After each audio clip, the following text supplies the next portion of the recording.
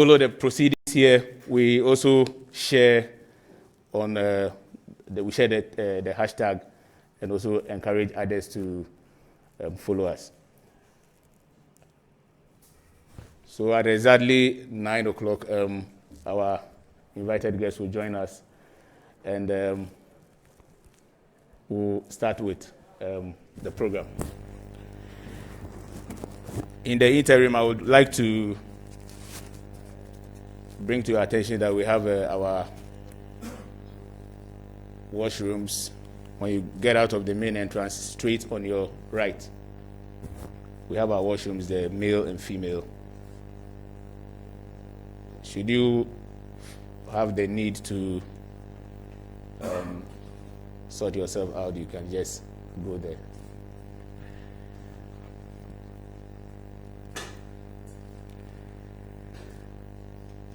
So I want to go over what I just said. So we are live on all our social media platforms. We are live on YouTube. We are live on Facebook. Facebook, WACCBIP Legon.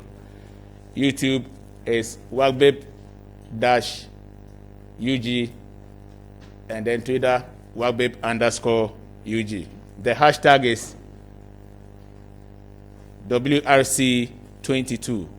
Hashtag WRC22.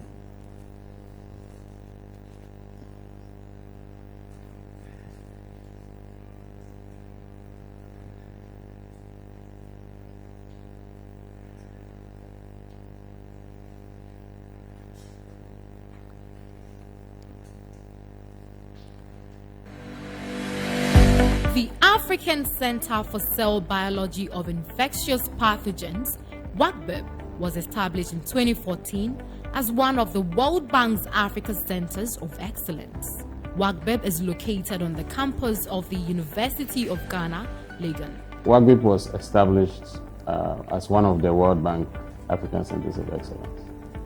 And the inspiration behind it is basically that a number of us who were at the Department of Biochemistry and the Noguchi Memorial Institute for Medical Research, we had trained outside, and we did PhDs in various science disciplines outside the country.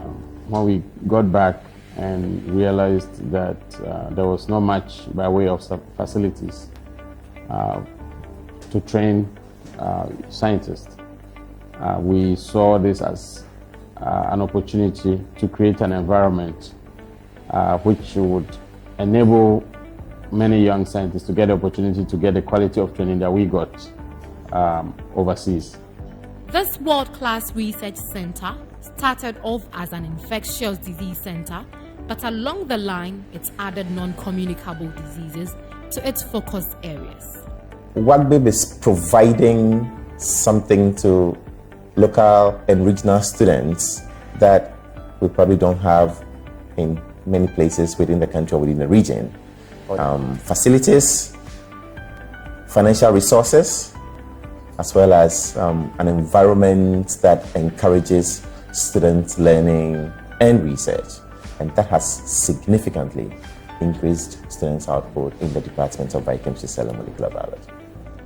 WACCBIP has a whole range of collaborators at the institutional, national, regional, ladies and gentlemen, international levels. These collaborations include the Noguchi Memorial Institute for Medical Research. Before I resume my seat, I would like to remind you we are live on all our social media platforms. We are live on YouTube, WACCBIP-UG. We are live on Twitter, WACCBIP_UG. And then we are live on Facebook, WACCBIP_Legon. And our hashtag is WRC22.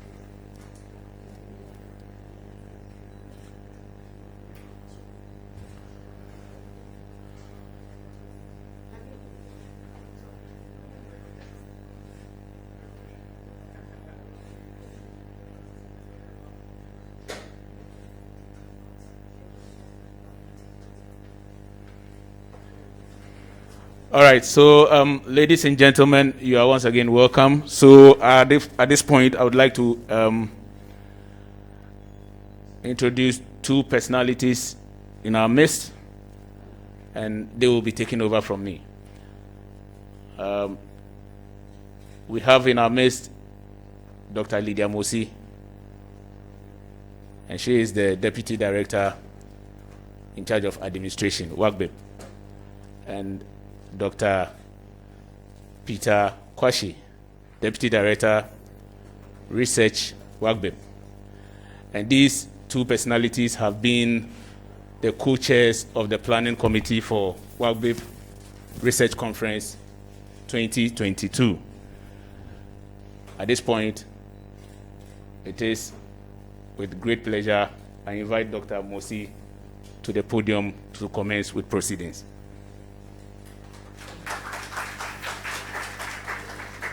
Thank you, Andrew. Good morning to everyone.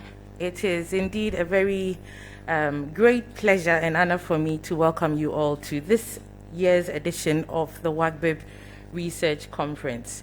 You are currently seated in our conference hall, which is in our WACCBIP building. And as you know, WACCBIP is a merger, or should I say a marriage, between the Department of Biochemistry, Cell and Molecular Biology. We are very blessed to have faculty also coming from the School of Biomedical Sciences and Noguchi Memorial Institute for Medical Research. So without much ado, I would like to sort of highlight a few things. But before I do that, we have some very, very honorable guests in our midst, and I would like to invite them to join me here on the high table. The first person who I'd like to invite is our Honorable Vice Chancellor, Professor Nanama Piamfu. Thank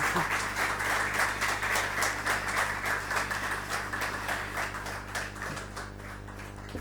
By default, the Pro-Vice Chancellor ASA would also join here, who is also the Director of WACCBIP, Professor Gordon Awandari. I would also like to invite our special guest of honor, who is,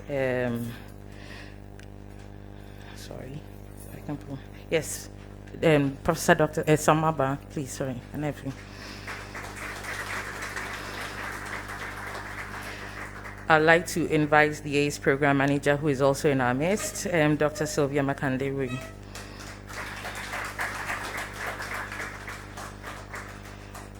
I'd also like to invite our Provost, Professor Onwana Watin, to join us up here.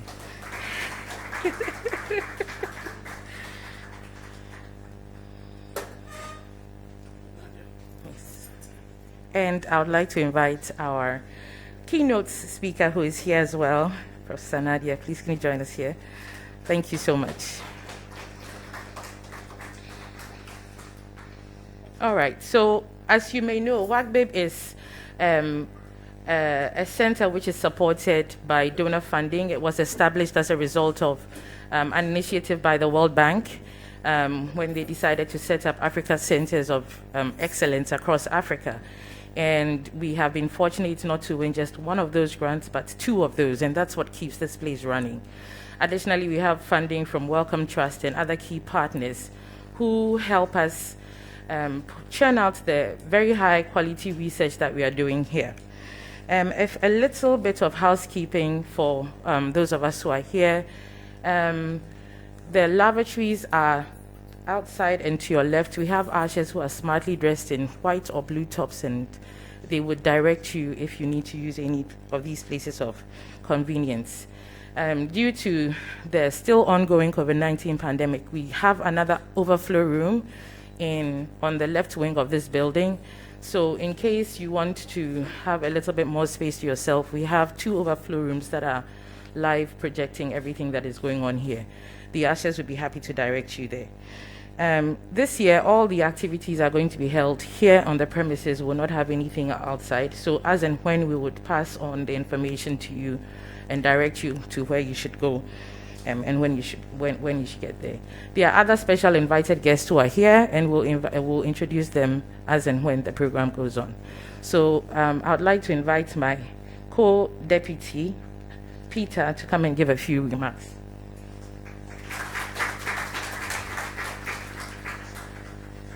Thank you, Dr. Mosi. Madam Vice Chancellor, special invited guest, Dr. Asamoah, all distinguished guests, and all of you. I'd like to welcome you to the 2022 WACCBIP Research Conference.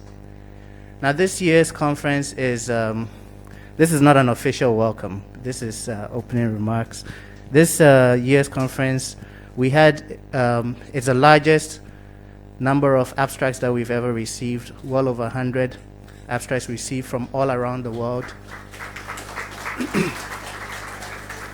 From as far as Turkey, even traditionally, it's mostly been abstracts submitted by our collaborators, our students, our fellows, and we had abstracts being submitted by people unfamiliar to us, which is testament to the reach that WACCBIP has attained in this short time.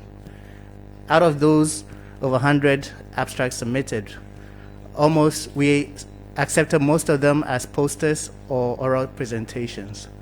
We have a total of, in addition to our 3 keynote speakers, we have 9 plenary presentations, which are either WACCBIP faculty, WACCBIP alumni who have graduated from their PhD or are PhD graduates.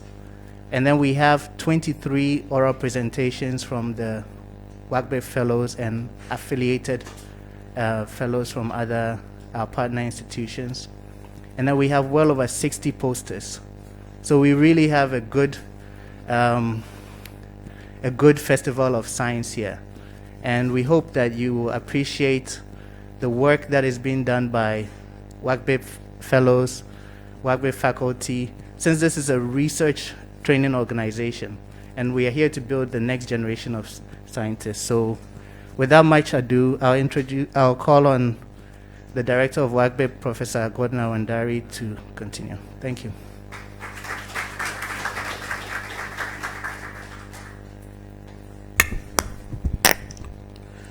Good morning. Apologies for a bit of a late start. We normally don't start late, so apologies.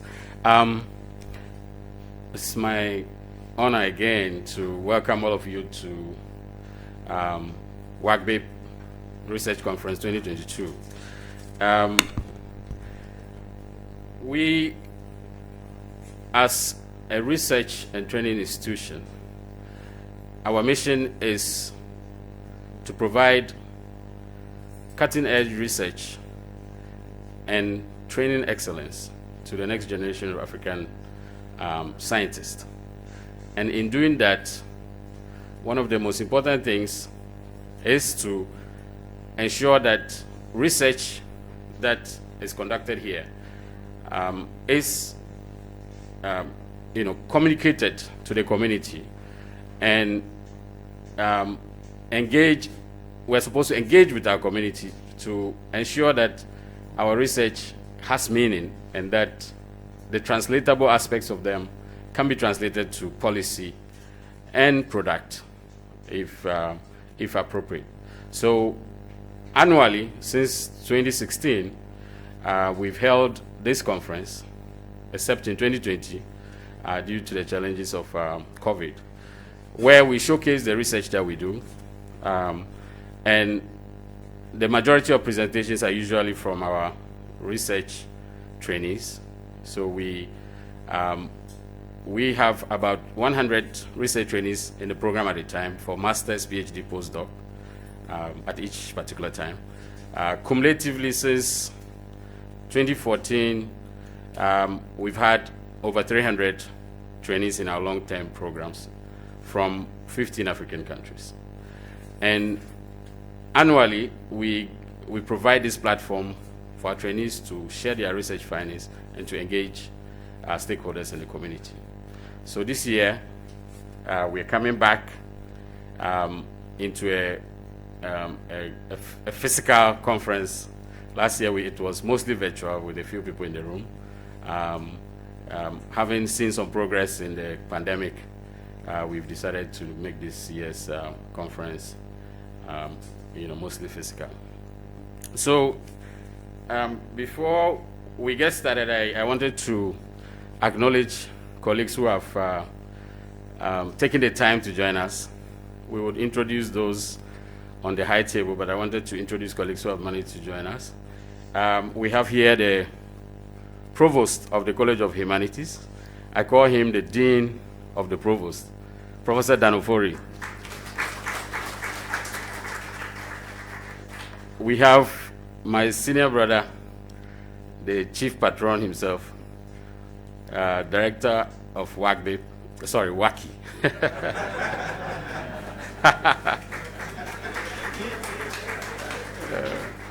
Director of WACCI, who provided the blueprint for WACCBIP to follow. So, Professor Eric Dankwa.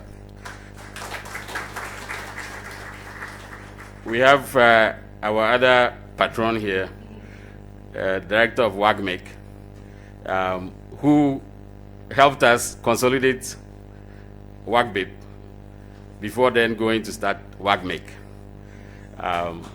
Professor Solomon Oforakwa.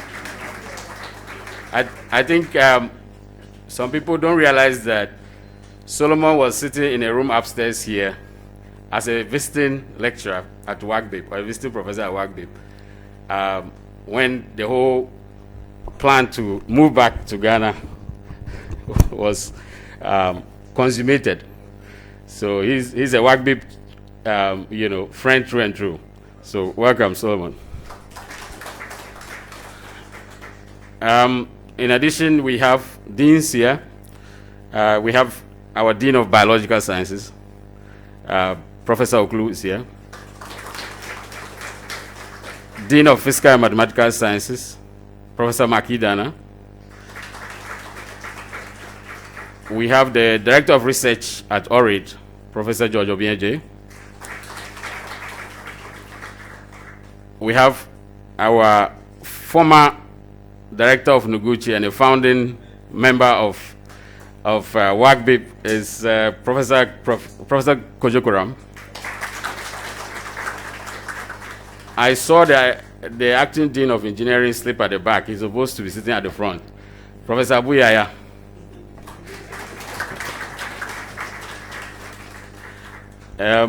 In addition, we have the Director of Public Affairs of the University of Ghana. She's Mrs. Elizia Brunya. Yeah? Yeah. All right. So, ladies and gentlemen, we are meeting here at a time where the world is recovering from the COVID pandemic. And as African scientists, there are many lessons we take from this unfortunate era. Some are positive, and we like to dwell on the positive ones. But we have to acknowledge the challenges that we've had to contend with, and which would inform our strategy for going forward. One of the first lessons that we learned is that African scientists have to tell our own story. And that's why we are here. We have to tell the story of how the pandemic unfolded on the continent. We have heard various versions of how the pandemic unfolded in Africa. On the one hand, there are people who have never been to Africa, but who have used modeling to predict that the continent would be wiped out due to the pandemic. And even in the face of evidence, they insist that there are massive excess deaths which are not reported. That, for example, in Ghana, that there were over 40,000 dead people who were not reported. We think that is stretching it, to say the least. On the other hand, we have another group of people who think that Africa did so wonderfully, and that we controlled the virus, and that the virus didn't spread here as much as it did elsewhere.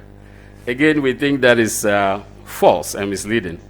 Our research shows that, indeed, the virus spread here very well and spread fast. And the fast is our advantage because it spread so fast that we also acquired immunity fast. So anytime there's a new wave, within a few weeks, we all got infected and got antibodies. And then the cases dried up, and then we say, hey, we've controlled the virus. No, we haven't controlled the virus. So let's be real here, that we did not control the virus. What is true is that we have not been as sick, and we have not died as much. And that is something that, as African scientists, we need to try to understand and try to teach the world the science behind why we didn't all die. But we all got the virus. I can bet you that if we did an antibody test here, more than 90% of us have had COVID sitting in this room. If you want, you can test. We have the ability to test. If you don't believe me, you can ask for a test. We have the ability to test in-house. So it is not true that we avoided the virus. It's just that we had an immune system that was conditioned to minimize the damage of the virus. And as scientists, we have to focus on understanding that, because that holds the key to vaccines and that holds the keys to better therapies. And that is the advantage we have as African scientists. And we need to take advantage of that and learn about these mechanisms. And at WACCBIP, this is one of the focus of our ongoing research. We have a hypothesis for this. We believe in the hypothesis, but we're looking for the resources to prove it. And I know that our funding partners will be working with us to prove the hypothesis. So, ladies and gentlemen, in addition to that, we know that we have to build capacity for diagnosis because, again, when this virus hit, many countries had no capacity to diagnose the virus or the disease. Even in Ghana, we had only a few places that could do PCR tests.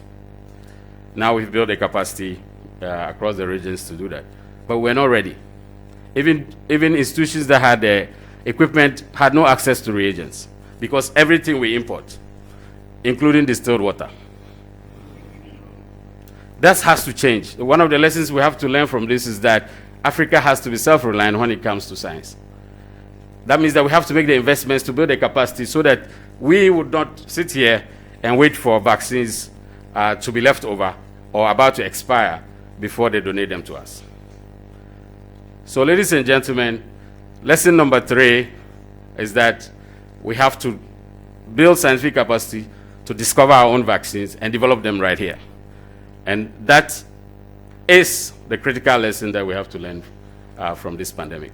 And so, as we gather here, we're going to take stock of what the road we've traveled as a center, as African scientists from across the continent, and as healthcare workers, as public health professionals, as policymakers, as the general public.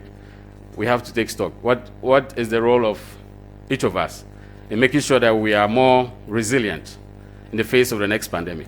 We've already seen that this is not going to stop. We've had monkeypox, we've had Maybach recently. So this is going to keep coming. And so we cannot afford to be in the same vulnerable position that we've been over the years. So we as a research institution, we think that a critical part of being prepared is building private sector science industry. And so one of the items that we'll be focusing on in this conference is discussing the initiatives that scientists have taken to build enterprise, not only to make profit, but to translate research into product.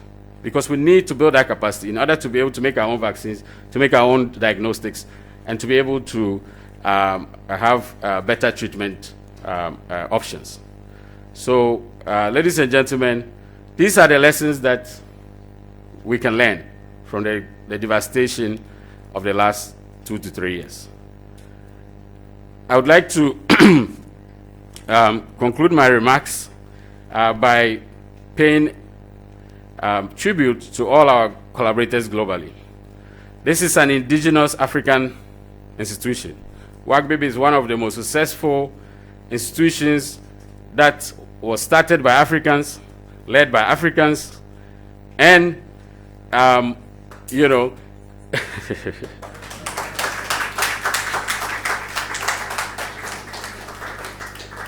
yes, I challenge you to find another African institution that was started by Africans, is led by Africans, and is doing as well as we're doing.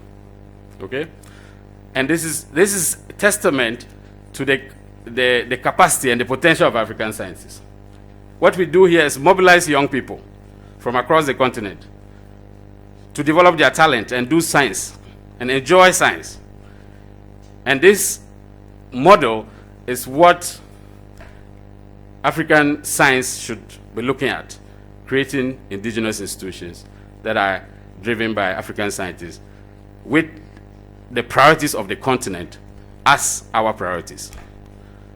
So, having said that, I want to acknowledge the support of our collaborators both across the continent and globally. So here we have several collaborators. I'm not going to go through the list because I may miss some. But we have colleagues here who have supported this program from 2014 up to date, who have spent their own money to come here, who have hosted our students in their labs, who have written grants with us, who have published papers with us.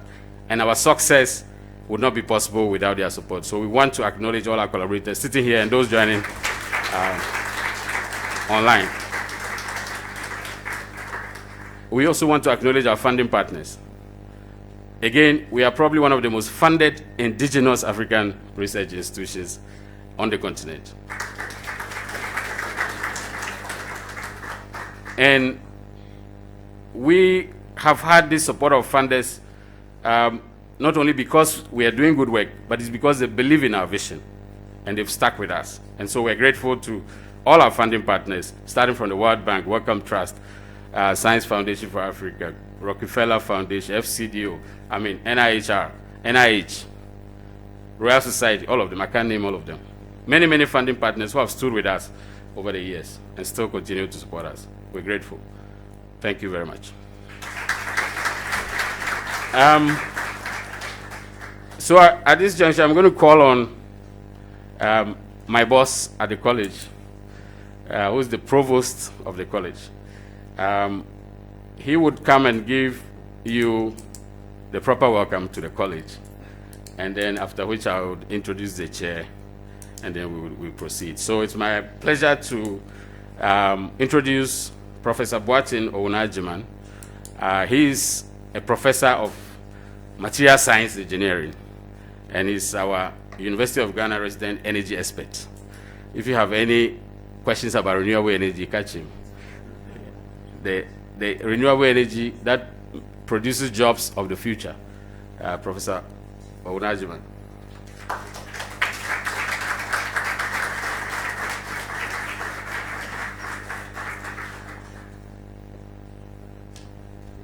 Permission to alter this.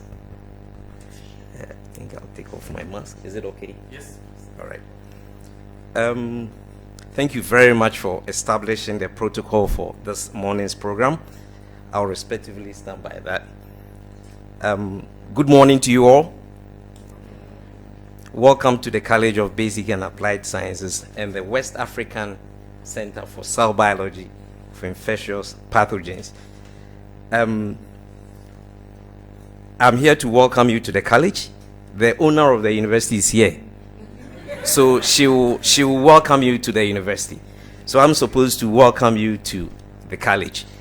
Let me take this opportunity to crystallographically try to explain the location of the college and then WACCBIP in the university, assuming that the university is a crystal structure.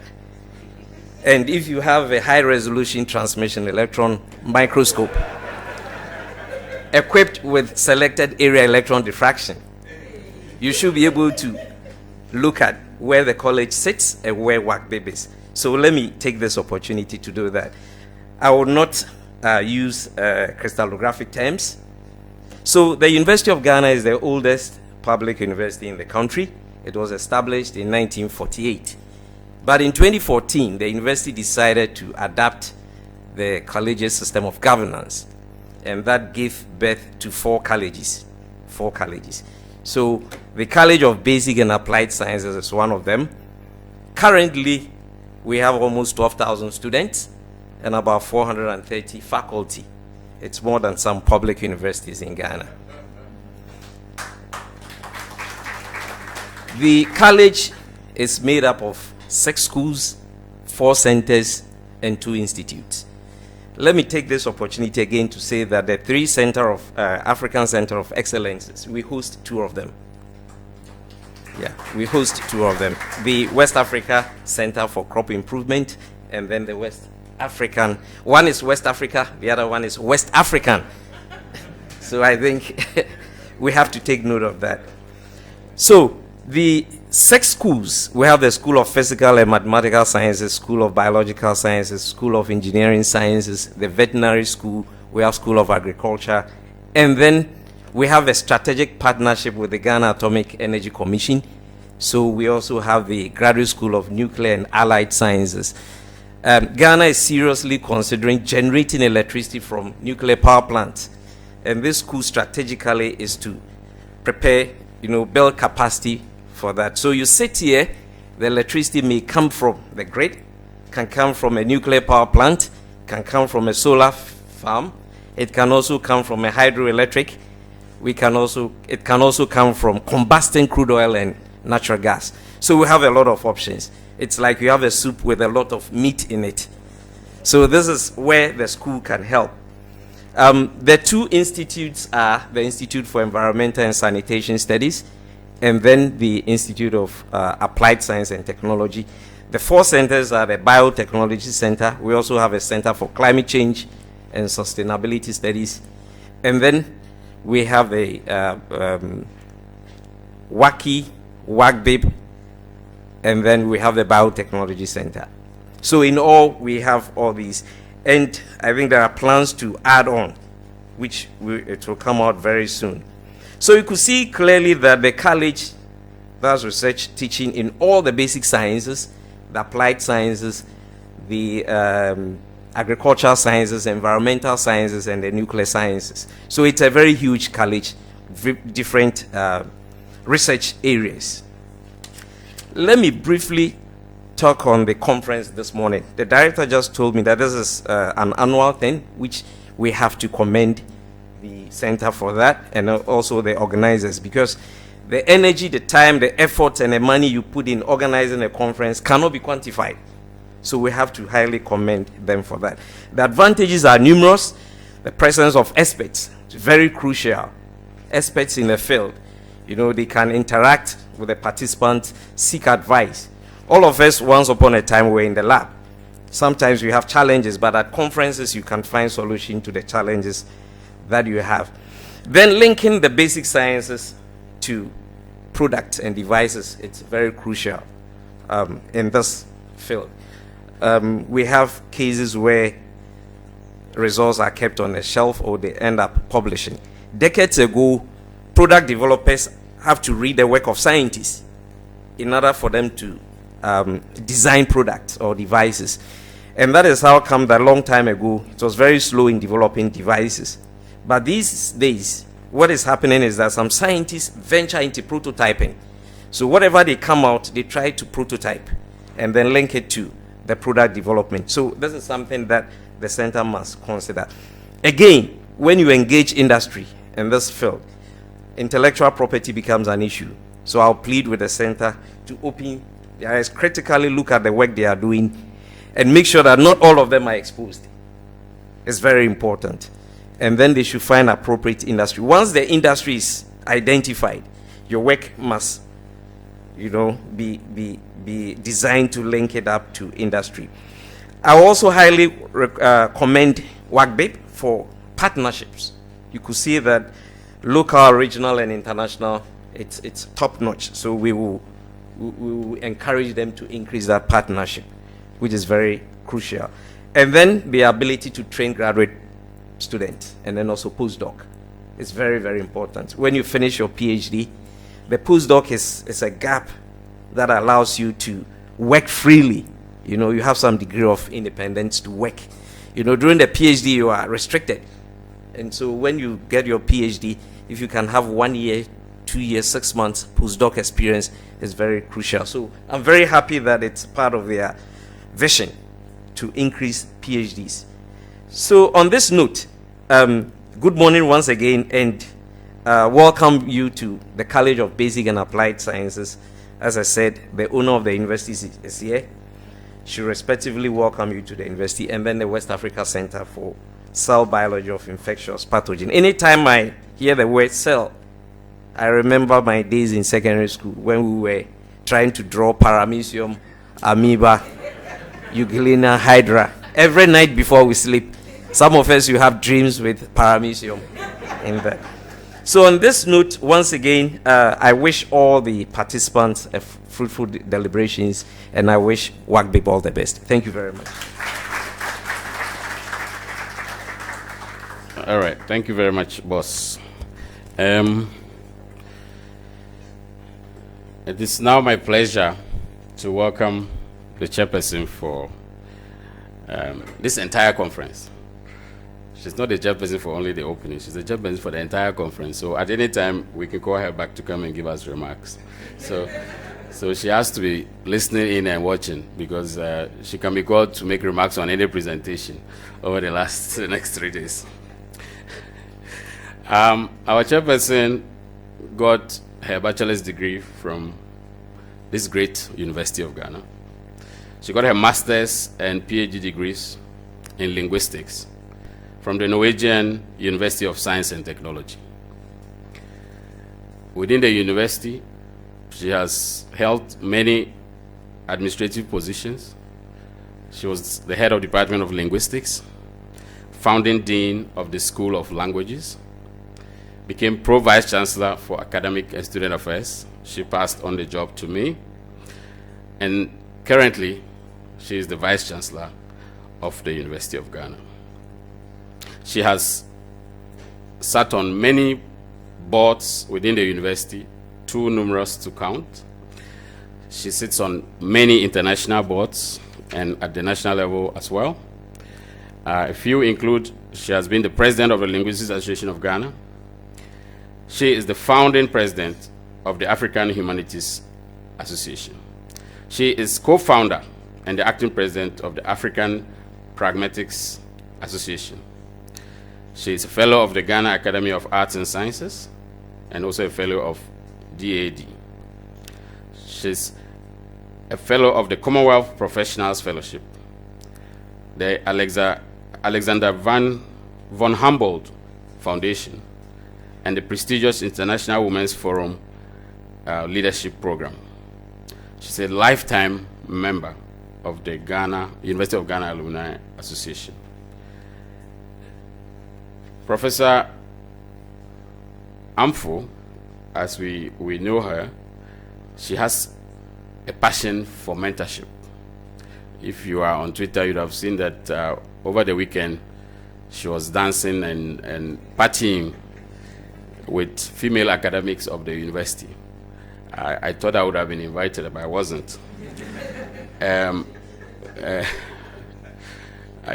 mean, she normally invites me to her programs, but this one I wasn't invited. I don't know why, but I saw the pictures anyway. Her vision for vice chancellor is anchored in 2 legs: technology and humanism. And she's leading the digitalization transformation of the University of Ghana. And in doing all this, she's doing it with compassion, which, signifies her belief in humanism. So, ladies and gentlemen, it's my pleasure to welcome the first female vice chancellor. I haven't finished. I haven't finished. The first female vice chancellor of the greatest university in Ghana.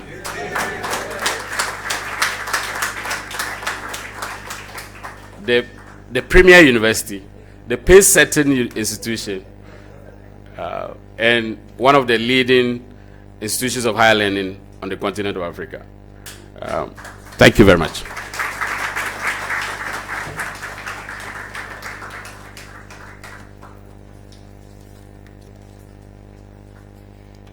Thank you, Pro VC, for your very generous introduction.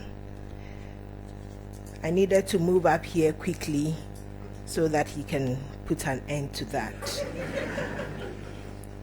But Pro VC, I hope you are not considering changing your gender just to warrant an invitation to some programs of mine.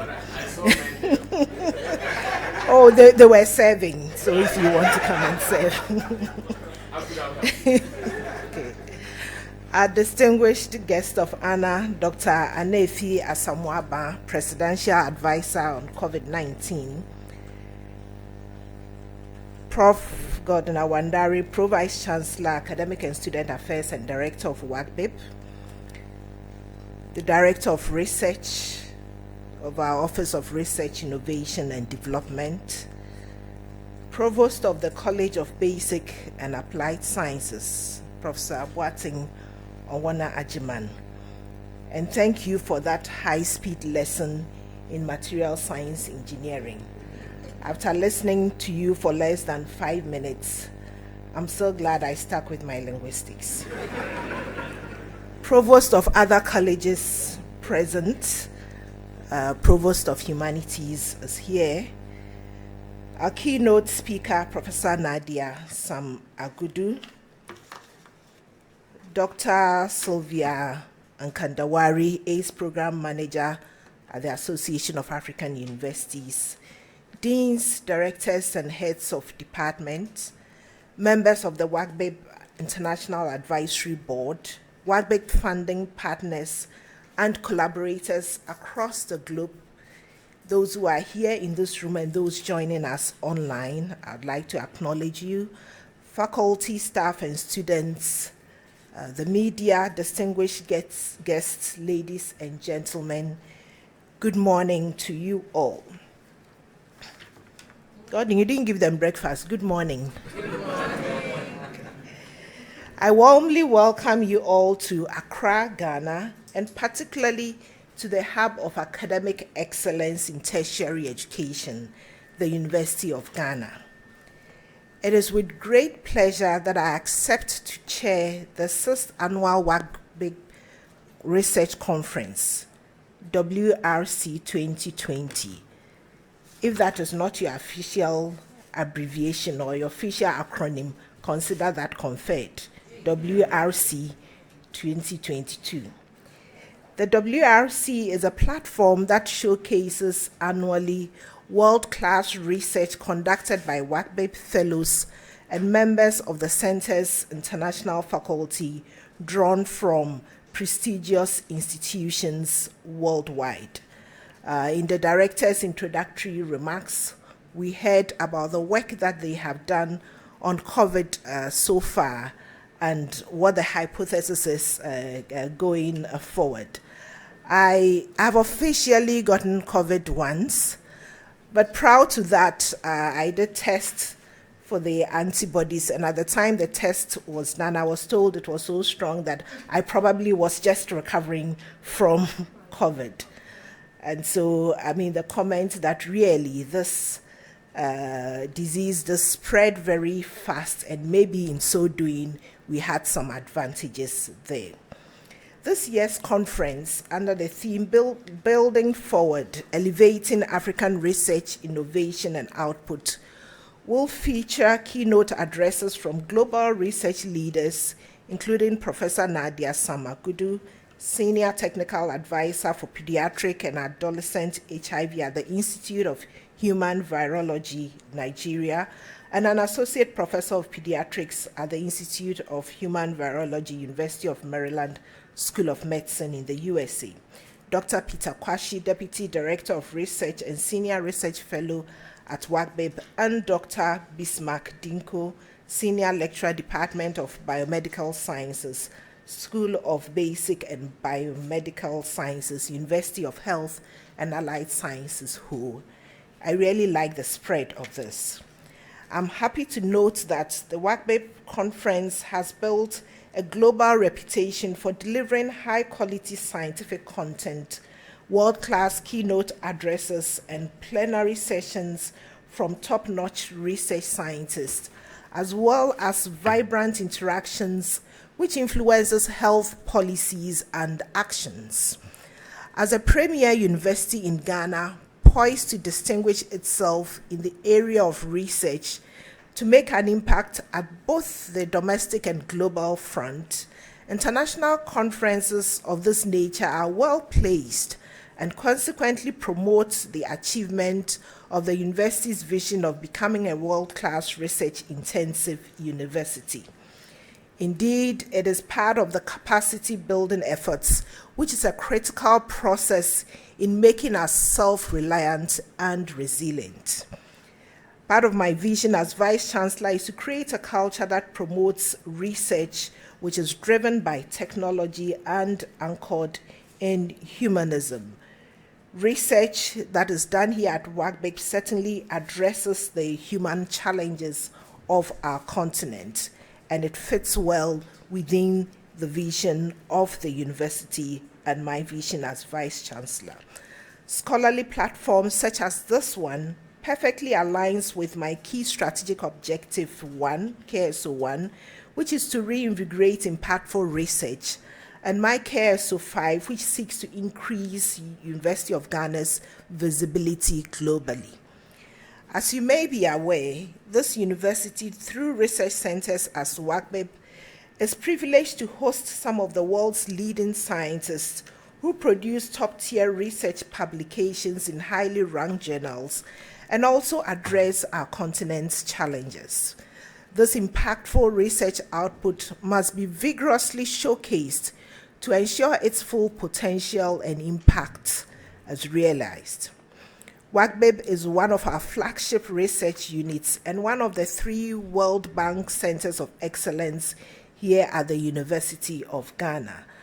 Provost said that one is West African, another is West Africa. Whatever it is, you need to get a WA in there. Since its establishment in 2014, I have keenly followed WACCBIP's incredible growth to becoming a world-class research center, which has gained an outstanding global recognition for research and excellent graduate training. It is therefore not surprising to hear colleagues across the globe speak highly of WACCBIP during some of my external travels. UG is very proud of the achievements of WACCBIP and the tremendous impact it has made both within the university and across Ghana and Africa at large. The role played by WACCBIP and the Noguchi Memorial Institute for Medical Research in the national response to COVID-19 has been exceptional.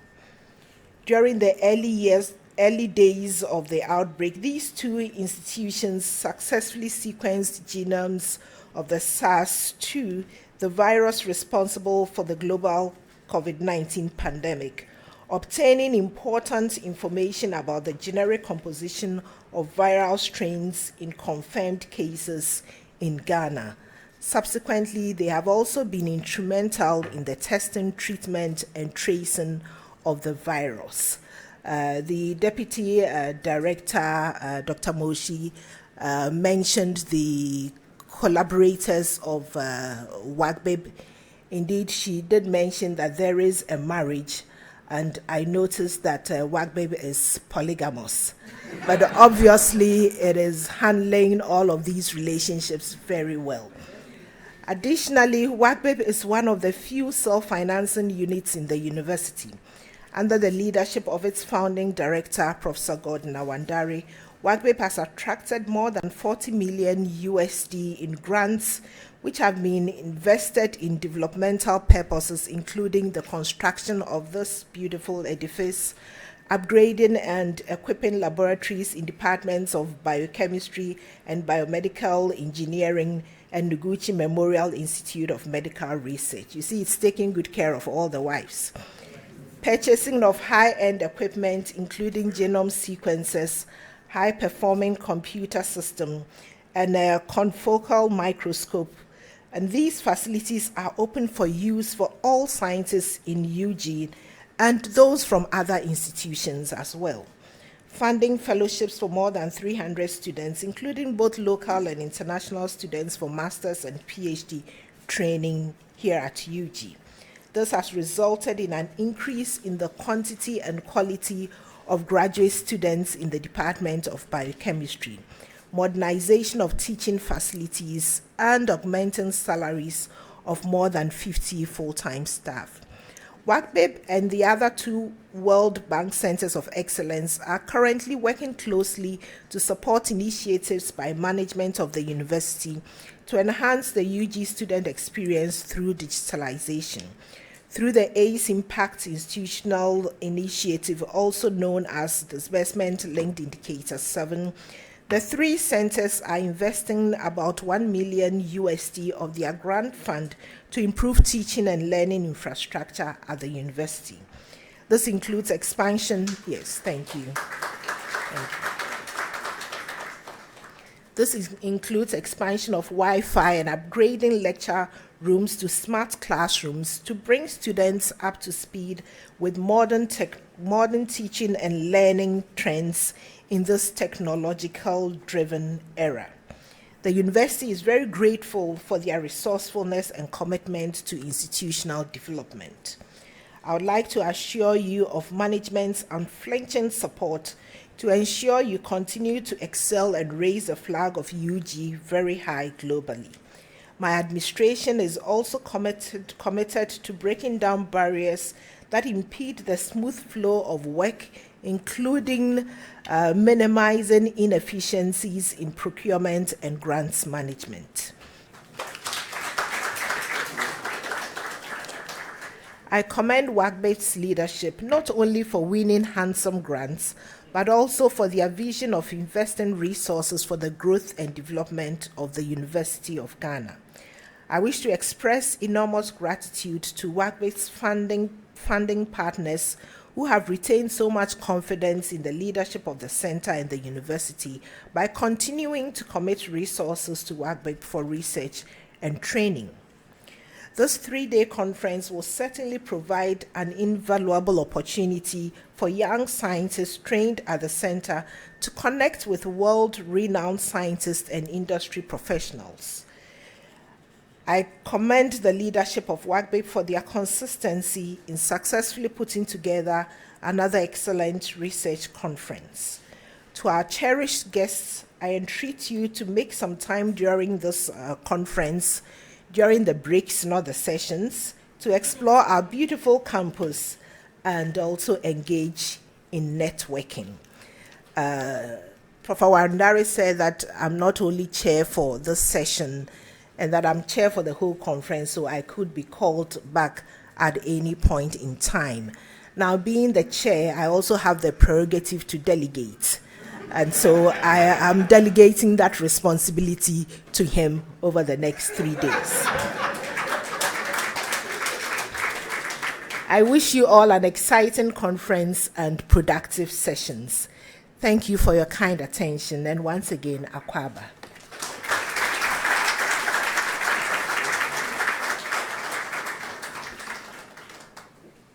Normally, when you delegate, the delegatee would always come back and confer with you and sometimes call you to come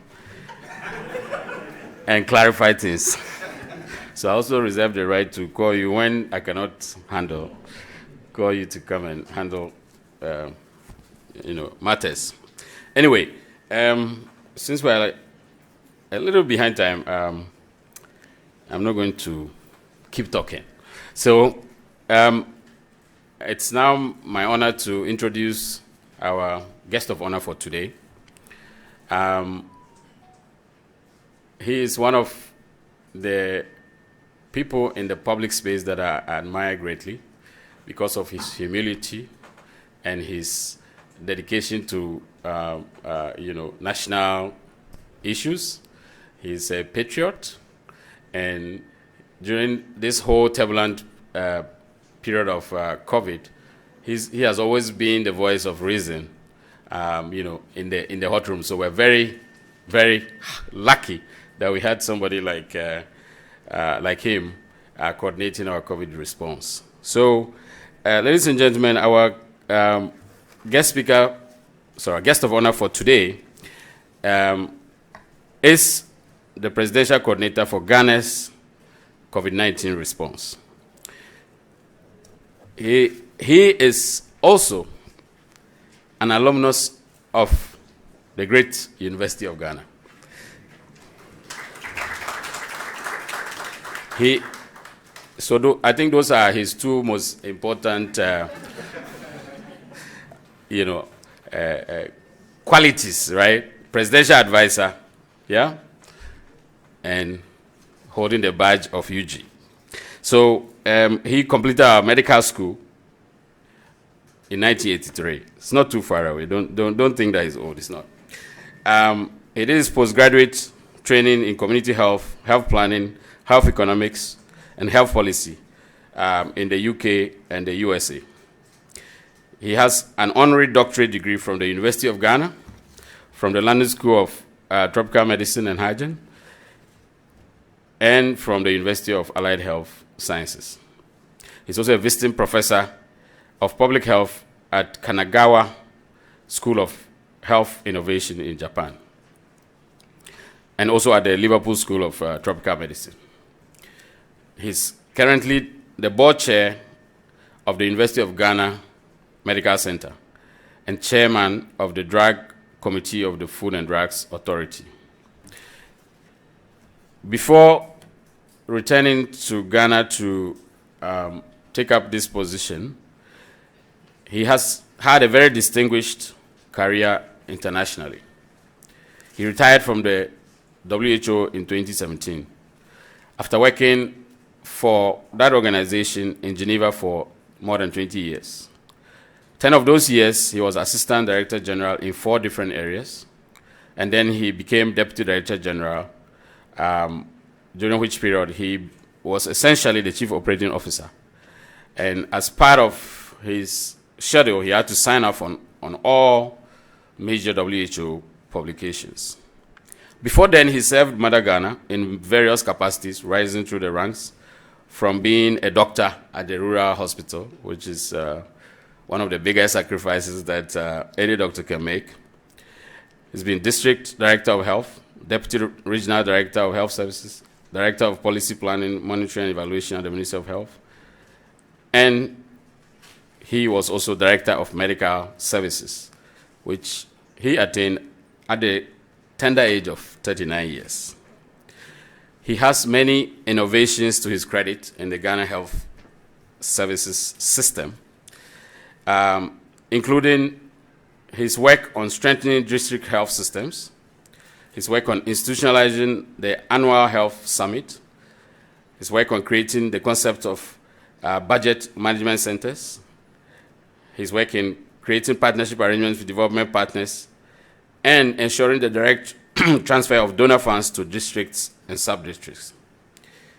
He was also very instrumental in the processes that led to the establishment of the Ghana Health Service, the National Health Insurance, our School of Public Health here, the Ghana College of Physicians and Surgeons, and also in the establishment of the Food and Drugs Authority.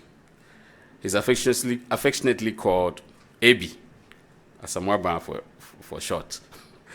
So, ladies and gentlemen, it's my pleasure to welcome a patriot of Ghana, a distinguished international, public health expert, diplomat, and a really very nice person, Dr. Anafi Asamoah. Thank you.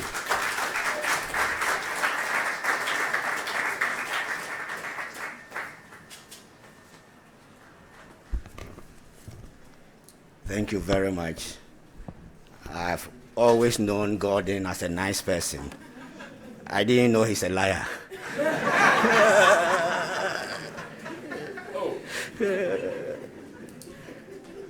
Madam Chairperson, the Vice Chancellor of the University of Ghana,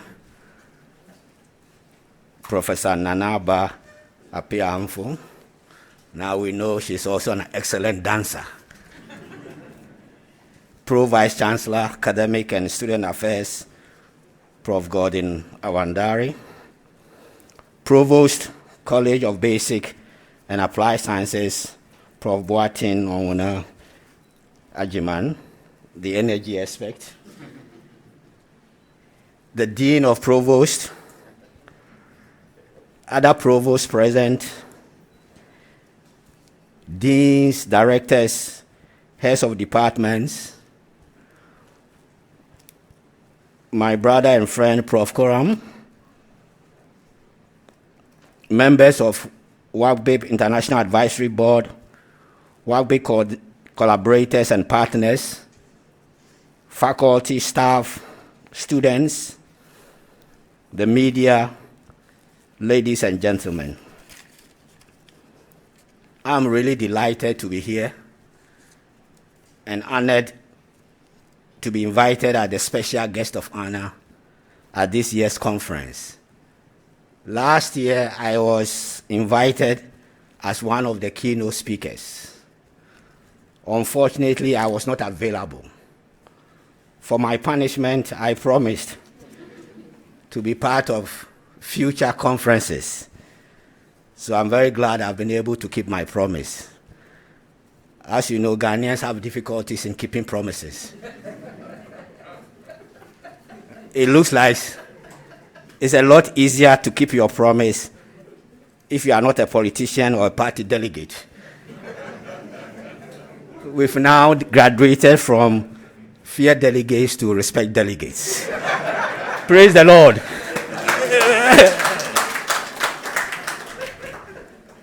I must confess, like most Ghanaians, I knew very little about the center until the COVID pandemic broke out. And I'm sure you are not amused that people continue to confuse you with Noguchi. Some of us continue to struggle with your full name, West African Center for Cell Biology for Infectious Pathogens. I hope I got it right. Well, WACCBIP is more funkier than. But there's no doubt that as a young institute, and within a very short time, you've become a force to reckon with.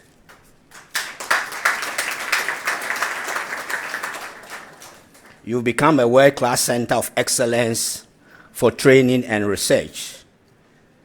A center set up by Africans, led by Africans for Africa. Congratulations. I can confirm that the work of the center had a lot of influence on the work of the National COVID Task Force. Prof. Awandari was an advisor to the task force, and in fact, before every fellow Ghanaian speech, he provided updates and policy briefs to the task force. But I also know there are a number of staff who played a crucial role in developing our vaccination rollout and the roadmap for domestic manufacture of vaccines.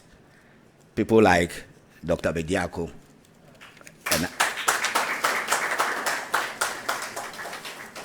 So on behalf of the task force and on behalf of Ghanaians, I wish to put on record our sincere thanks and appreciation and gratitude.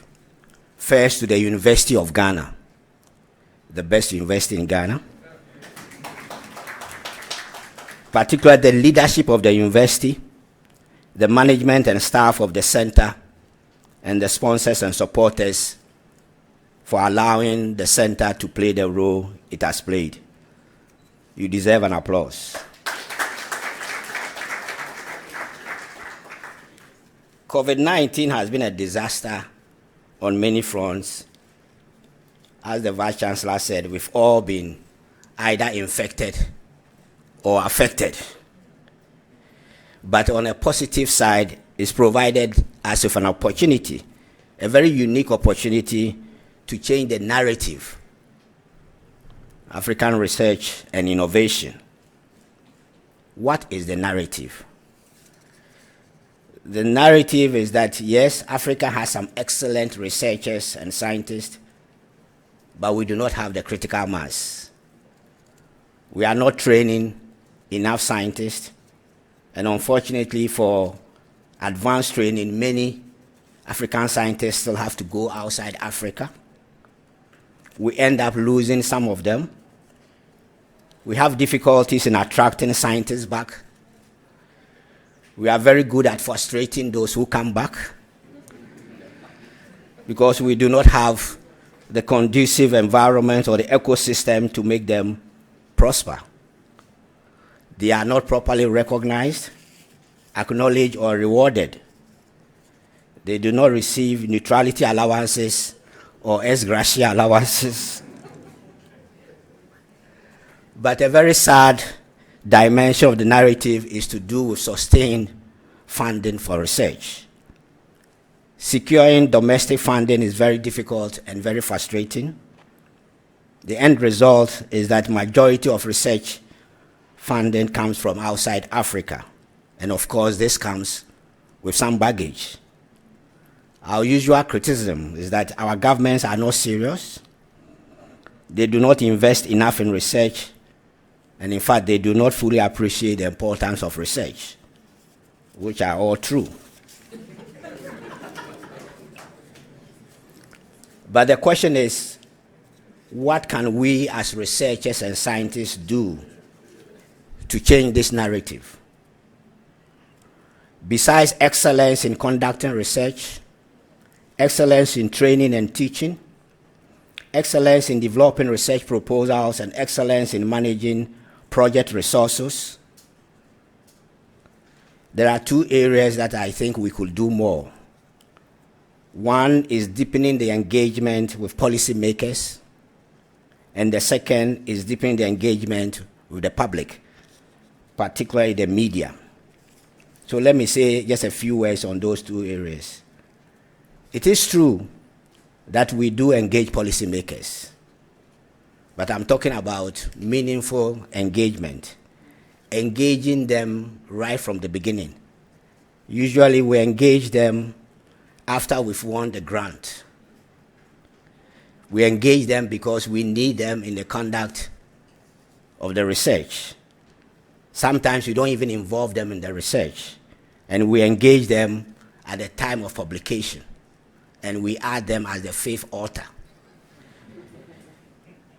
because the grant specifies that you must have some dissemination, but we don't really engage them, and that is why usually there's no sense of ownership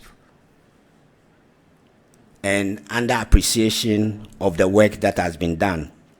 Of course, the culture of policymakers, especially the public sector, is also part of the problem.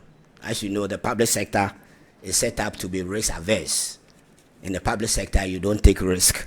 But in research, you have to take risks. You have to go out. You have to say what you found. But in the public sector, you need to say it in a very diplomatic way. So we need to engage policymakers meaningfully. And it's through that engagement that we can also be able to mobilize the type of resources that we need. The second group is the media. Given the level of science and health literacy in our part of the world, the media is a crucial partner. Unfortunately, our engagement with the media tends to be quite superficial. I am very sure the media has been invited to the opening ceremony. I will not be surprised if they've not been invited to the rest of the meeting where the actual discussions will take place. The end result is that we get what we get. So I will entreat us that in future, conferences like this are important, but frankly, majority of the audience are researchers. We need to find creative and innovative ways of involving policymakers, involving the media in conferences of this nature. I have no doubt, looking at your program, that you have an intense, engaging, and fruitful conference. I'm honored to declare the conference formally open, and I wish you all the best. Thank you very much.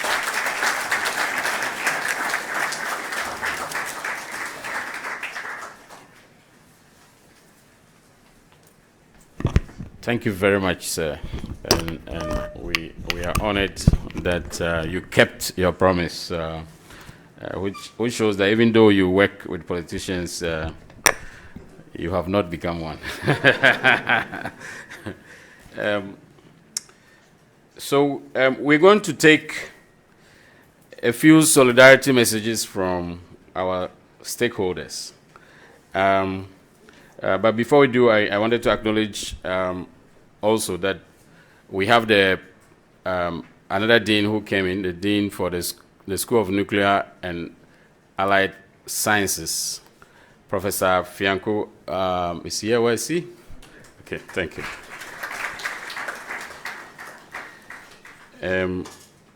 I think we also need to acknowledge our world famous quiz mistress, Professor Elsie Kaufman is here.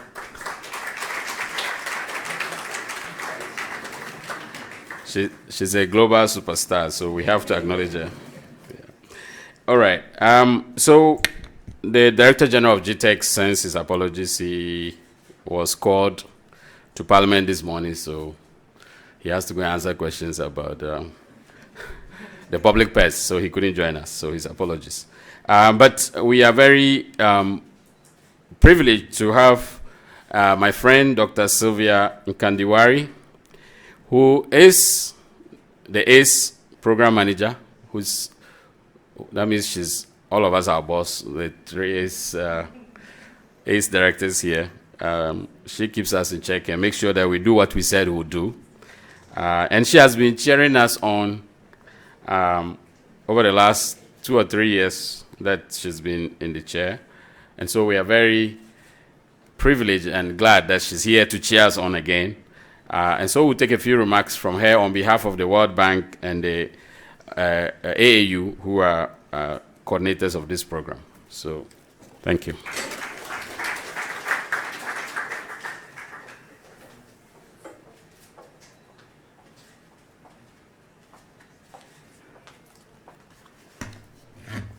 Thank you very much, Prof. Awandare. All protocols observed. My name is Sylvia Nkandawiri, the ACE Impact Manager at the Association of African Universities. AAU is a regional facilitating unit for the Africa Centers of Excellence program, hosted on behalf of the World Bank and other partners. I am delighted to join you today at this very important conference, aiming at creating a platform for young researchers to share research ideas and outputs with ultimate goal of elevating African research and innovation. On behalf of all stakeholders of ACE Impact, some of them are already here, Professor Dankwa, Professor Solomon Ofori, who are center leaders. Among these centers, about 53 centers that we are hosting in the region, we would like to congratulate and commend Professor Awandare, the WACCBIP center leader, and his team for this great opportunity to showcase what the African Centers of Excellence are achieving. The annual gatherings of this WACCBIP are a true demonstration of commitment of WACCBIP to respond and showcase its real impact across the globe. And WACCBIP, as I indicated, is one of the 53 centers of excellence supported by the bank, World Bank, and we are in 11 countries: Benin, Burkina Faso, Cote d'Ivoire, Gambia, Ghana, Guinea, Nigeria, Senegal, Togo, and including Djibouti, in order to enhance their capacity to deliver regional high-quality training to address development challenges within the region. It is quite evident that investments in research, development, and innovation in Africa is extremely low, and only 1.3% of the money spent globally on R&D is spent in Africa. Again, the percentage of Africans pursuing graduate study is 3 times lower than the global average, and there are similar gaps related in facilities, equipment needed to conduct cross-cutting edge research. It is based on this background that the World Bank, in close collaboration with African governments, introduced the African Centers of Excellence program, first as a regional higher education flagship program, and investing over about 300 million to support African universities. And following the successes of the first phase of S1, under which WACCBIP was established in 2014, the S-Impact project was launched to consolidate the gains of S1 and strengthen postgraduate training as well as quality research geared towards development of the region.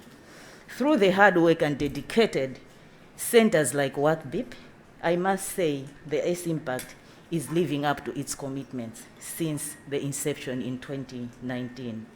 Prof. Awandari, we are so proud that your center is one of the high-achieving performing centers with regards to project disbursement indicators, which include student enrollment with particular attention to regionality, gender responsiveness, accreditation of programs, publications of high-quality research, internships, opportunities for students, and generation of external revenue, which has already been highlighted in the Vice Chancellor's speech.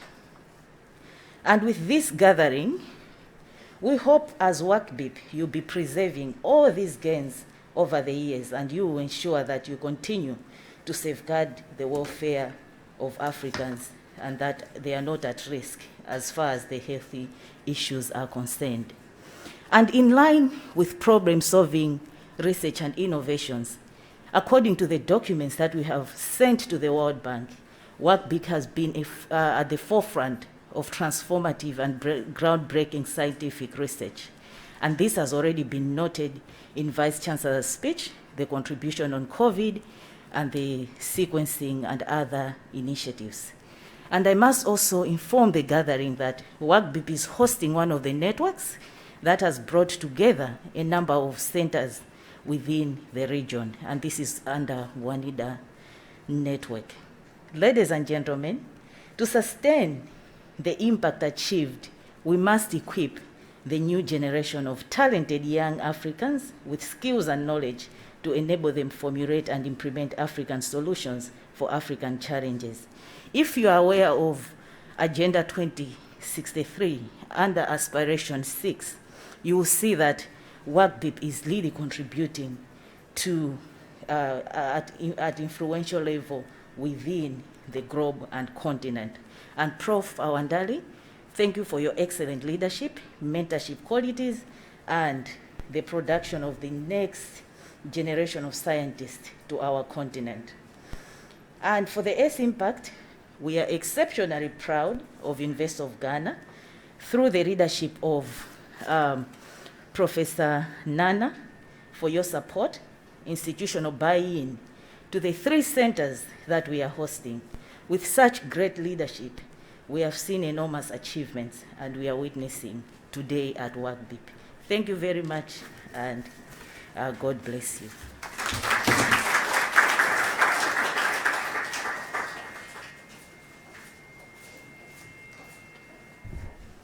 Thank you very much, Sylvia. We are grateful for the support of the AAU and the World Bank. We have one more remarks from one of our other major funders, which is the Deltas program, which is funded by Wellcome Trust, but coordinated by the Science for Africa Foundation. Science for Africa Foundation is a new organization which grew out of the African Academy of Sciences, where Deltas used to be managed. So we are fortunate to have Dr. Alphonsus Neba, who is the Deputy Director of Programs at SFA and the Project Manager for Deltas. He has been working with us for the past 5-6 years, and currently they are busy trying to get Deltas 2 going. So we spared them the hustle of trying to come to Ghana, so they will join us virtually. So Alphonsus, if you are there, you can take your turn. Thank you, sir. Thank you very much, Gordon. I'm not sure if you can hear me. Yes, we can hear you loud and clear, and we can see you too. Okay, thank you very much. To make it brief, I would like to say all protocols duly observed. We are delighted, Gordon and the WACCBIP team, that you extended this invitation to us. The theme of the conference is Building Forward, Elevating African Research and Innovation and Output. I think it's very, very befitting that WACCBIP is part of the Deltas Africa program. And over the past 5-6 years, WACCBIP has actually shown to the African scientific community just how excellent it is as a partner in developing capacity in various areas in science. One key lesson that we learned when we started up the program was that when you pursue excellence, excellence will follow you. And I think WACCBIP and your successes over the past years is testament to the fact that you've pursued nothing but excellence. Another key issue worth highlighting is that A-rated science and A-rated scientists on the continent do require A-rated scientific research support environments. And I think for all the successes that you have recorded at WACCBIP,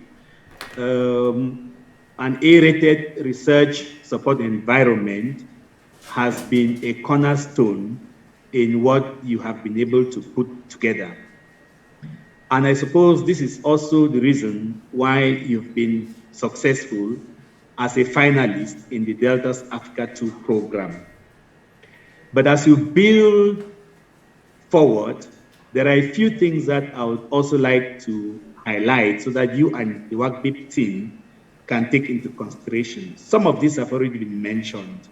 So for instance, the whole concept of gender, equity, diversity, and inclusion are very, very topical issues in the funding world. And therefore, as you roll out your new programs and build forward, you have to, at all times, give a huge place for issues around gender, equity, diversity, and inclusion. Another area would be community and public engagement.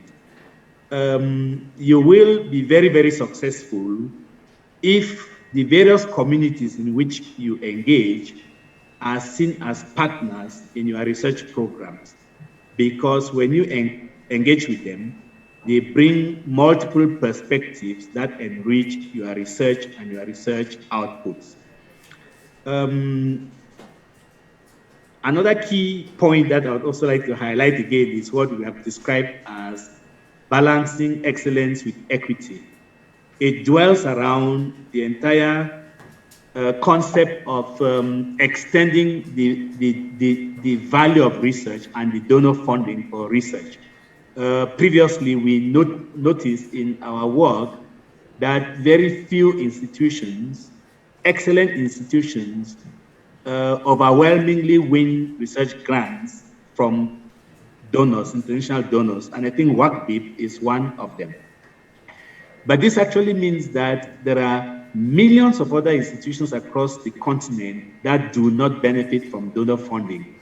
And therefore, when we support and promote the concept of balancing excellence with equity, we are trying to provide an environment where an institution or a program or a research excellence center like WACCBIP could identify other research institutions across the continent, perhaps from Niger, or perhaps from Chad, or any other country which are not known to be strong in research and research productivity, to partner with, such that you can share the expertise in research leadership that you have shown so clearly. That way, we put hands together by bringing these less fortunate institutions in terms of resources to benefit from the large research funds that we attract, in order that we jointly develop research on the continent and actually improve the lot of our people as Africans.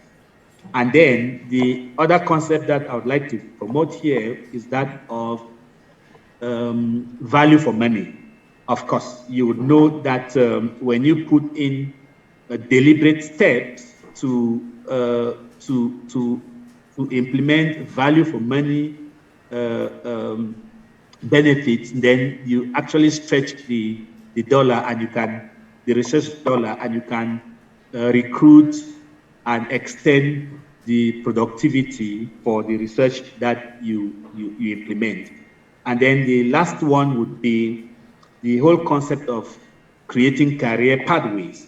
I started off by talking about when you pursue excellence, excellence will pursue you. And therefore, if you produce high quality graduates, then that quality in itself would ensure that they are employed and they can recreate in a ripple kind of effect the work that you are doing as the head of WACCBIP and as the WACCBIP team as a whole. I could have started with what the Science for Africa Foundation is all about. In fact, you did make some introduction. It is a new organization that is focused on supporting science and innovation on the continent. We are new, relatively new, but we're already having a very big impact across the continent. One of the things that we are good at is to identify scientific priorities for the continent. And so far, we are able to just highlight a few that we think as you move ahead, you would need to start considering. Some of them are in the areas of health innovation, pandemics, climate change, food security, genomics, and grand governance challenges. So as the SFA Foundation, we are working flat out to ensure that these areas become part of the priorities that we promote research in across the continent. You and your team are probably eager to hear what maybe a bit of update about the Delta South Africa 2 program. As we had communicated previously, the Delta South Africa 2 program is a given. We are still crossing some dots and T's and jumping a bit of hurdles in order to activate the program. And we are still within schedule, as we had communicated before, that we will activate them during the second half of this year. So we're doing one major activity, after which we believe that we will be able to reach out to all the finalists to communicate this. So to wrap up, I'll reiterate that you and your team and your collaborators should focus on excellence, and excellence will follow you. I wish you all very good deliberations at this conference, and we look forward to working together as WACCBIP and the SFA Foundation. Thank you very much, Gordon, for inviting us.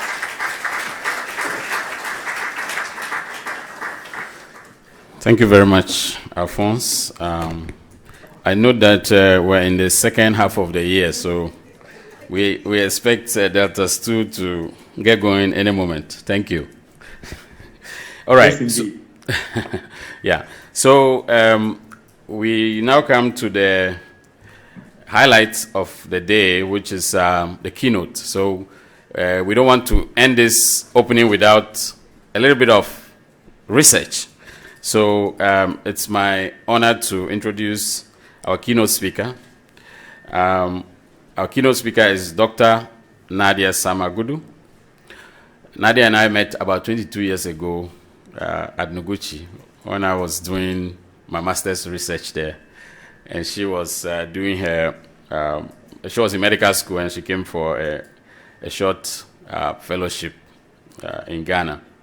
And since then, we've kept in touch and followed each other's professional progress. And since COVID struck, she's been one of the leading voices on the continent who have provided perspective on the clinical aspects of the disease, especially in children. She's a medic, so she knows a lot about what happens in the hospital that we don't know. We as scientists, we only get samples.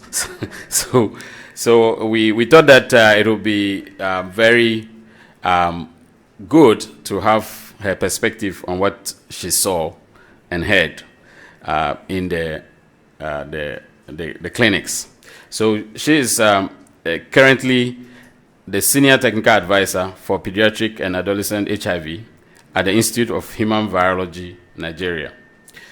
She's also an Associate Professor of Pediatrics at the Institute of Human Virology, University of Maryland School of Medicine in the USA.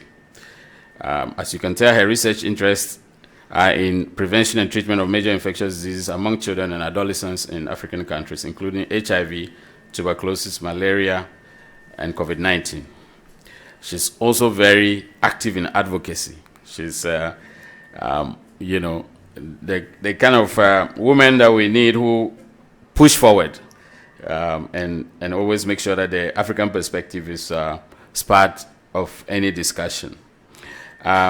She has dedicated her professional life to research capacity building and establishing robust, equitable, and sustainable partnerships for advancing health outcomes and research productivity, particularly in West and Central Africa.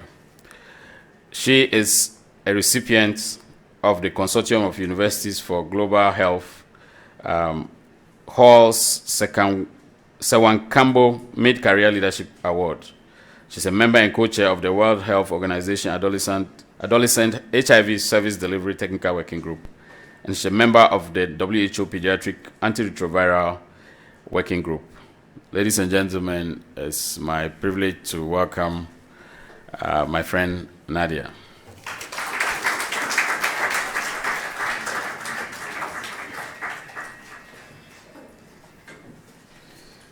Good morning, and thank you very much, Gordon, for the introduction.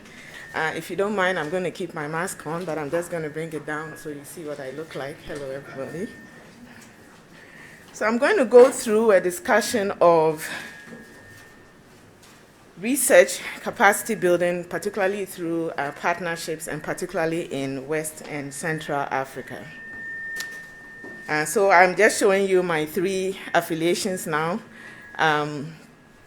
University of Maryland, Baltimore, and then connected to that is my affiliation in Nigeria. I actually spent my full time in Nigeria, but with the onset of COVID, I've actually spent more time in Ghana than in Nigeria. So my house is just down the road in Adenta. So, and then I'm also a faculty member of the University of Cape Coast, in Cape Coast, but that's really limited to research participation and not clinical medicine, although they've been asking me to come and do clinical, but time. So my presentation outline is first, I'll start with my learning background because it's important to understand that in how I look at building research partnerships, and then talk about some examples of my research partnerships across West and Central Africa, focusing on the topics you see there: implementation research, pediatric and adolescent HIV, and SARS-CoV-2 and COVID-19. And then I'll talk about what we mean by productivity, sustainability, and equity in partnerships, and then give a few examples of published research from some of my research partnerships. So just to start off, I wanted to let you know I went to Francis Mangel Secondary School, Mansite. I also went to Presec down the road when Presec used to admit girls. Presec used to admit girls. Some people may not know that, but I'm a Presecan. So I did my O-levels at Fransman and A-levels in Presec. But what did I learn in Fransman? I learned that I could do science. I wanted to do that, but I also learned that I had the ability to do that. And then in Presec, I learned how to be competitive and collaborative, especially when you are going to A-level and then you are coming from an all-girls school to an all-boys school. I had to be prepared. And I realized I could hold my own very well with the boys as well. I didn't attend University of Ghana, but I used to perch here, madam, sorry. I used to perch here. I used to live in Little Legon with their Champongs, Professor Champong and Mrs. Champong. And I also lived on campus at some point. So please, can I have an honorary alumni from perching? So after I left Ghana, after my A-levels, I did my medical school at Mayo Clinic. And that was, they required a research project for every medical student. And so that is how I cold emailed Prof. Bidi Akamori and Prof. Kojo Kuram. Good morning, sir. I'm on my best behavior today. and that is how I got to know them. And they were extremely wonderful in mentoring me through the short time that I was here in 2000 to 2001 doing malaria immunology in children. And then that was where I met the lovely gentleman, Prof. Wandari, while he was doing his master's and I was in med school. So I learned how to do lab work and field work from my time in Noguchi, and that was my first exposure to that. So then I finished doing my general pediatric clinical training and then my pediatric infectious diseases fellowship at the University of Minnesota in Minneapolis. And it was during that time that I learned more about the expectations and pace of academic life, and I was like, this stuff is tough. So when I finished my training, my fellowship training, I did not follow the steps of my mentor who had a lab. My mentor's name was Chandy John. Some of you might know him. He does malaria research.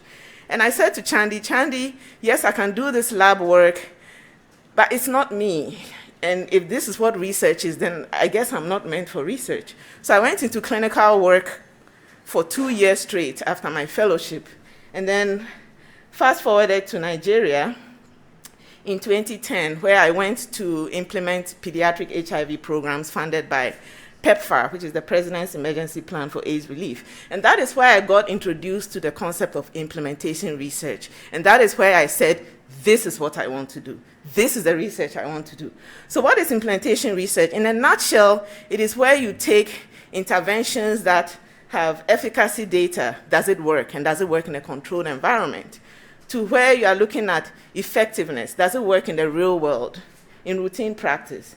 And then you take it to a level where you say, what are the best strategies for having this intervention work in routine practice and optimally so? So that's the kind of research that I do. I do health systems research, operational research, program evaluation, but particularly in the field of pediatric infectious diseases. And I pretty much almost exclusively work in African countries. And I'm narrowing it down to West and Central Africa. So successful implementation research calls for equitable relationships between researchers, implementers, community members, and policymakers to take the evidence to practice, routine practice, and to take the science to service. And one of our guests of honor talked about policymakers being engaged and being engaged early, and that is what implementation science does and does very well. So I just wanted to give some examples of my partnerships. I wanted to talk first about my first implementation research grant, nicknamed the MOMENT study, and it's a study that focuses on the prevention of mother-child transmission of HIV. And the WHO had come and was looking at a prioritization exercise and a call for implementation research proposals in mid-2011, noting that I got to Nigeria in 2010, so barely about 6 months after getting to Nigeria. And I had an idea for testing the impact of mentor mothers who are lay healthcare workers who have personal experience and they were living with HIV on the prevention of HIV in infants. I had no clue what implementation research was at that time, absolutely no clue. I was a translational researcher. But I was determined to write the grant anyway. So I started calling colleagues and acquaintances to work with me, those from the PEPFAR program, those from Nigerian pediatricians and obstetricians, local international NGOs. We already had Ministry of Health people assigned to us, so I didn't need to call them. They were already in there with us. But I needed a research team. So I started with forming a team, but it took more time to form a partnership, and I'll talk a little bit more about what it means to have a partnership. So you can see our protocol paper, maybe I should point here, is over here. And I'll tell you a little bit about this gentleman who is the second author on that paper. So this is Llewellyn Cornelius, and he came into my research life because implementation research requires formative research, which is in the beginning where you talk to people and try to find out what would be the facilitators or barriers of the intervention you are trying to implement. And it requires a social scientist. And last I checked, I was not a social scientist. I have no clue. I did PCRs and ran gels in the lab at that time and did some public health. So I needed a social scientist, and I started panicking. But down the line, I was able to find Prof. Llewellyn Cornelius, known as Prof. Lee for short. He was at University of Maryland, Baltimore, which was my same university. He has since moved to University of Athens, but we have continued to work together ever since. So we collaborated from 2012 to present, and we also have 13 mutual papers together in prevention of mother-to-child transmission, adolescent HIV, pediatric HIV. We have 5 mutual grants. The most recent grant was awarded in March 2022. So our collaborative network is really cross-cutting because he's worked with me with different kinds of partnerships. He's always there as my go-to social scientist. So I'll talk briefly about Prof. Echezon Aizianoloe, who is at the University of Nigeria. He's PEDS ID, that's PEDS infectious disease like myself. He's also an implementation researcher. We've collaborated since 2013. We have 10 papers and 3 grants together. And these are collaborative networks. I will mention that we have the Nigeria Implementation Science Alliance, which is one of our major collaborations, and then the Central and West Africa Implementation Alliance, which I lead, which I'll talk about a little bit more down the line, and Eche leads NISA. I'll also talk about my colleague, Prof. Morenike Folayan, who is at the Obafemi Awolowo University in Nigeria. She's a pediatric dentist, but has a lot of interest in adolescent sexual and reproductive health, in addition to oral health. And so we've been working from 2013 to present. We have 12 papers together, 3 grants together on these different topics. And our collaborative network is called the Adolescent Oral Mental Sexual and Reproductive Health Research Group. We have our own website, and we are really developing more and bigger collaborations. This woman is a beast at writing. She can put up to 40 papers a year. Already this year, she has 19 papers. So working with her is a delight, productive delight. So my partnerships in HIV, TB, and COVID-19, I cannot talk about that without talking about Prof. Jana Shega. He's at University of Pittsburgh and Stellenbosch University. He's an infectious disease clinician and epidemiologist. We've worked together since 2015, 21 papers together. He also writes a lot. 3 grants together. Our collaborative network is largely under AfriHealth, and then Kawisa. AfriHealth is actually headquartered in Kumasi. And how many of you have heard of AfriHealth? Just hands up. Nobody, oh my goodness. Okay, so I've changed that now, right?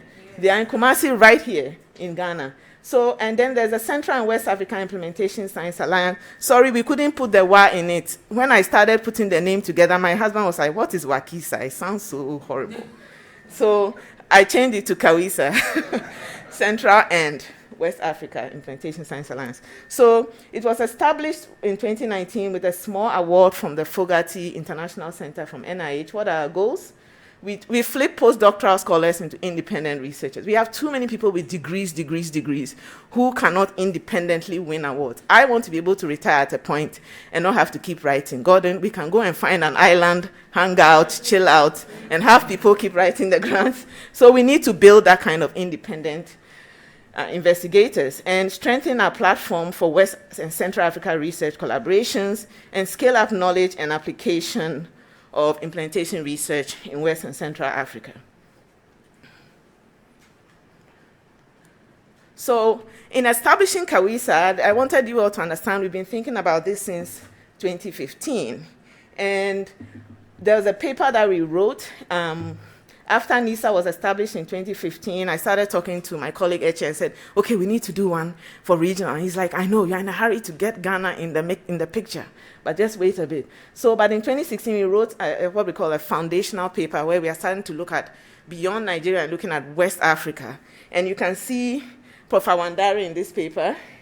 as well. So I brought him in and said, hey, let's write this thing about doing research, building research capacity in West Africa. And we talked in this paper about the lack of local funding for research and how we have to go outside often, and did a nice analysis of how many grants that West Africans had in different major infectious disease topics.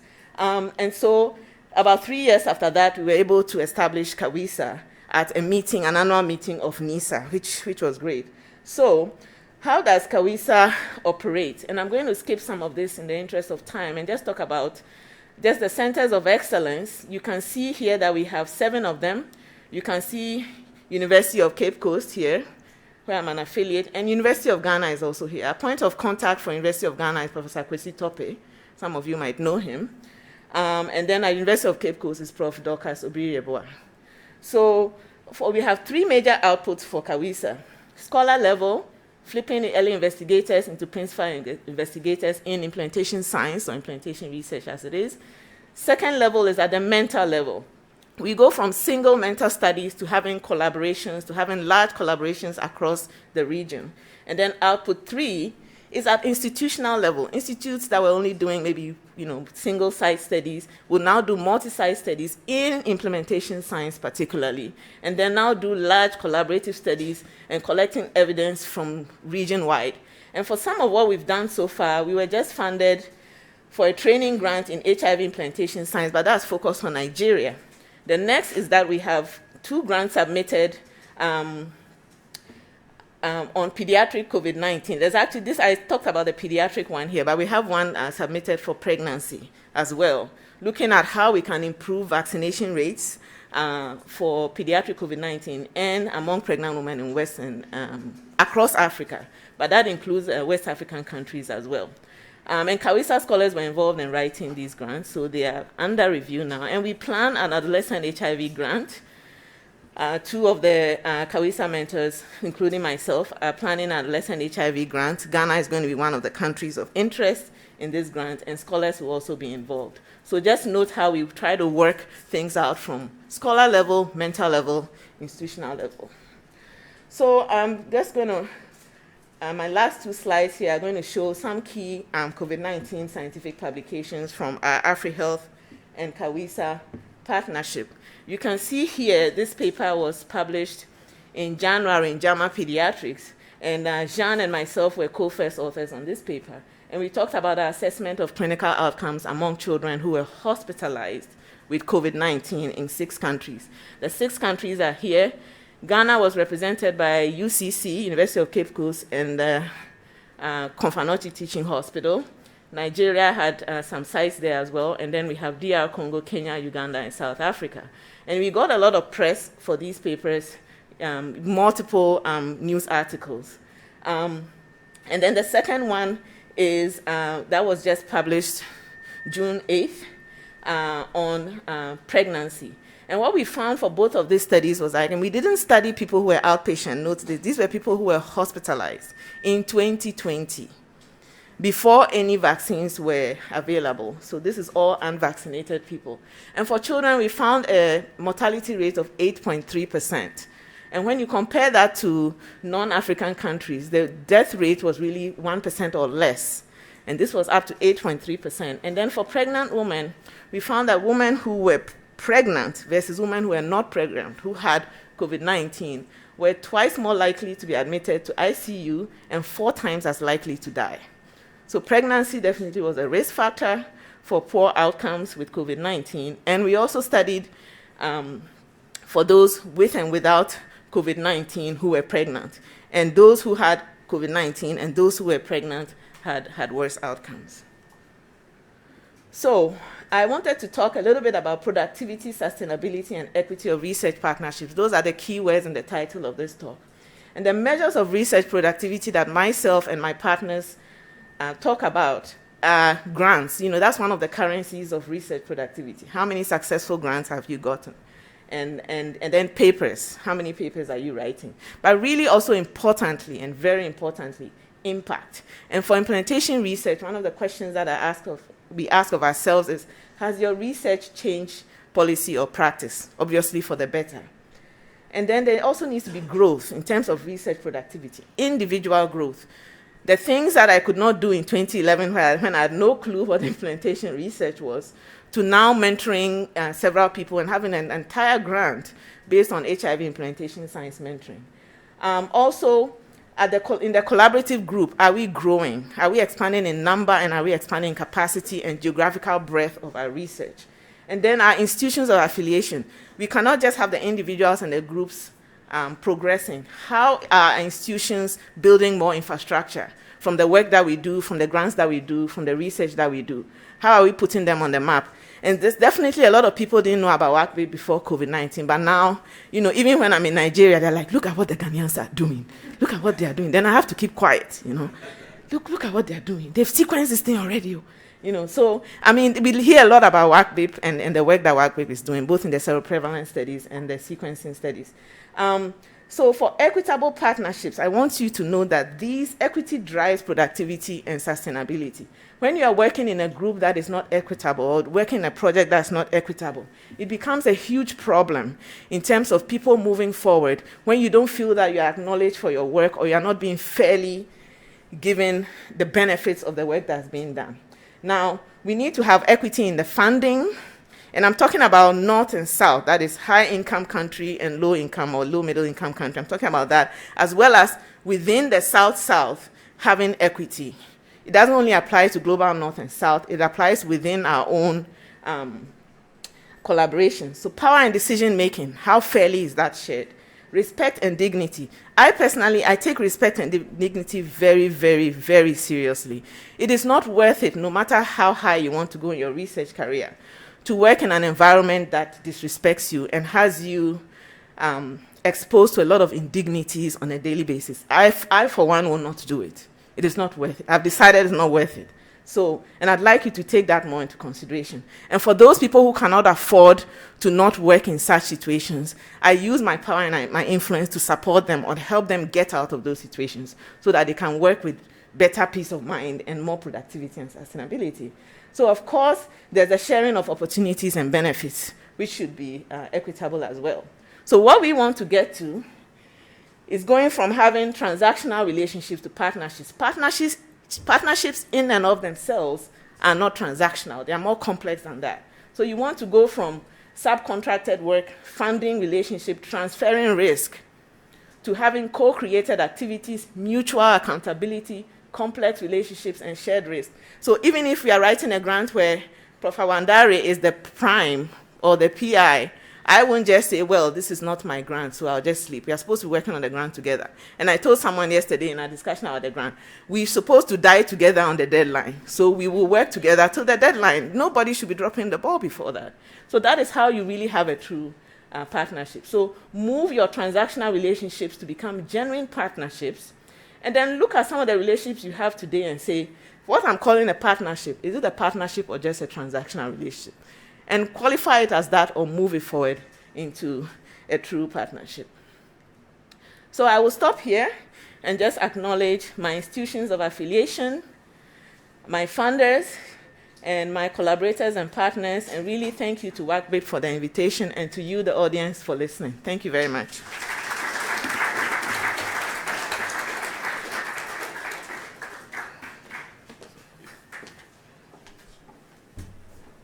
Let's give her another round of applause.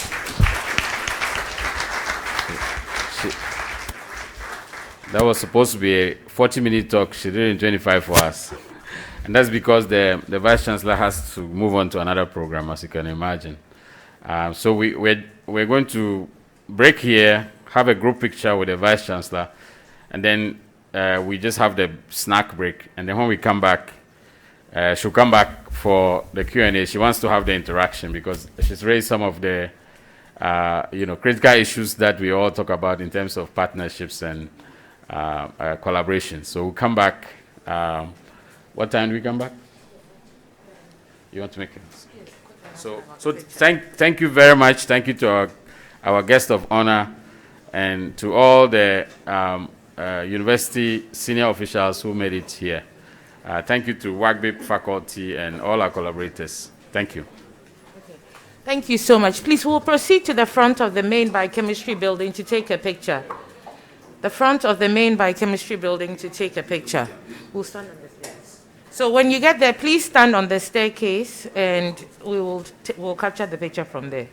Can we please make it quick? We'll be back in about 15 minutes. So we'll stand to the front.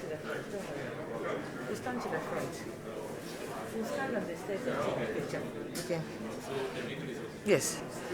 So please be back by 11:15, please. 11:15. Hey, 11:10.